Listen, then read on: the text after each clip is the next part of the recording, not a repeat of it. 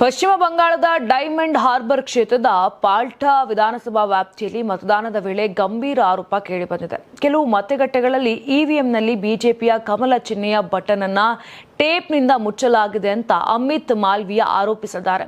ಈ ಕುರಿತು ಬಿಜೆಪಿ ಮರು ಮತದಾನಕ್ಕೆ ಒತ್ತಾಯಿಸಿದ್ದು ಚುನಾವಣಾ ಆಯೋಗ ವರದಿಯನ್ನ ಕೇಳಿದೆ. ಆರೋಪ ಸತ್ಯವಾಗಿದ್ರೆ ನೀವು ಸಣ್ಣ ಆಗ್ಬೇಕಲ್ವಾ, ಅದು ಒಂದು ಉತ್ತಮ ಆಹಾರದಿಂದ ಸಣ್ಣ ಆಗ್ಬೇಕಲ್ವಾ. ಪ್ರತಿದಿನ ನಮ್ಮ ಜೀನಿ ಸ್ಲಿಮ್ ನ ಯೂಸ್ ಮಾಡಿ ಯಾವುದೇ ಸೈಡ್ ಎಫೆಕ್ಟ್ ಇಲ್ದಂಗೆ ನೀವು ಸಣ್ಣ ಆಗ್ತೀರಾ.